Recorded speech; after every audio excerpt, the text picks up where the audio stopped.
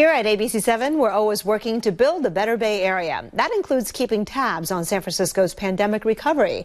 As we've reported, the city is struggling more than others in the U.S. to bounce back. Even the mayor admitted in her State of the City address last month that downtown may never be the same. If that's the case, then why is traffic still so bad? It's a question so many people are asking, and now our media partners at the San Francisco Standard are looking into it. Their latest article tracks the traffic and the reasons why it's not going away anytime soon. Joining us live now is Marianne Jones-Thompson, research editor for the Standard. Marianne, thank you so much for your time. Thank you for having me. Glad you looked into it. It's a question so many commuters are asking, right? If jobs haven't come back and many are still working from home several days a week, why is traffic looking like it's made a full recovery? Well, this is exactly what the question we had in the office all the time, because we commute to San Francisco every day as well. And the data shows that the bridge crossings and the traffic across the bridges has come pretty much back to normal since the pandemic. But what hasn't come back to normal is the public transportation levels of ridership around the Bay Area.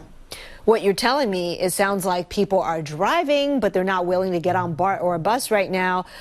Since we have this graphic up, let's just take a closer look at the bridge crossings that you're referring to, as well as the transit. Walk us through what we're seeing here and what this means, the green and the yellow. Well, I think what we saw with bridge crossings is that right after the shelter-in-place order in March 2020, people just quit. They completely stayed home. They did not go across the bridge. These days, it has gotten all the way back up to 75, 85, 95% of normal. And there has been not a corresponding increase in ridership on BART and express commute buses into San Francisco. Right. I mean, look at that. Morning Bay Bridge to San Francisco traffic at 120% compared to pre-pandemic. But please explain this to me, right? I mean, I get some of it is people who still need to come in, but now instead of taking BART, for example, they're driving. But that can't be all of it. I mean, if so many people are still working from home, who are these people coming into San Francisco? Well, what you do notice is that people are still coming to the city for work. They may not be coming to downtown South of Market financial district areas. This causes changes in travel patterns that some of the experts described to me. So perhaps they're working in the western side of the city or the northern part of the city, or perhaps they're bypassing the city altogether and heading for the peninsula or even SFO. But what we did see is a change in how Bay Bridge traffic has been. In the past, it's been really bad from almost till 1 o'clock until 8 o'clock at night. You really had to plan on there being some traffic getting back from the city to the East Bay.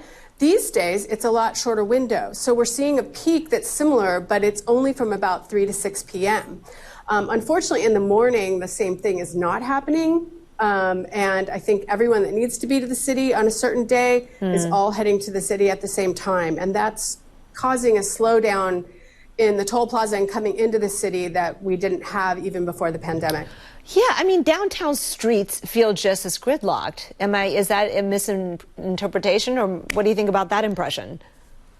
There was some information from the San Francisco County Transportation Authority. They showed different streets and how they're crowded at different times of day now compared to pre-COVID. And what we did see was a little bit in the western side of the city actually is even more congested than it used to be, perhaps because of the closure of JFK Drive and the Great Highway. People have less options of cutting through the park. But in general, the big change was that we saw in the data was coming into San Francisco on the Bay Bridge in the morning. Did you notice anything about the speeds? Yeah, so some of the speeds are actually still, so it's one of those things where it's a chart that you actually want the next bar to be lower. Usually you want the next bar to be higher. So you're looking for lower bars is actually an improvement. And so in this case, the only bar in the only area of traffic speeds that really slowed was the entrance to the Bay Bridge in the morning. I'm sorry, not the entrance to the city from the Bay Bridge in the morning. Areas we didn't see that were in the Golden Gate Bridge area, which has never been as crunchy as the Bay Bridge. But what happened in Marin is that, and also from some suburbs in the East Bay, is that the commuter express buses have disappeared.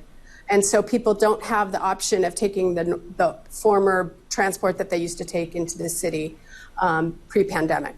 All right, so I'm going to wrap this up with asking you for a little good news, if there is any, and what commuters can do to try to avoid traffic.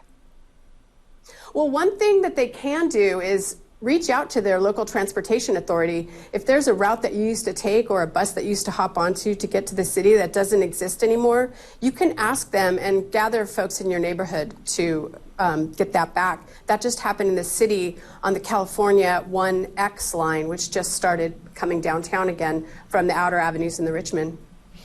All right, we do have a voice, and sometimes that leads to change. Marianne Jones-Thompson, research editor for The Standard, thank you so much.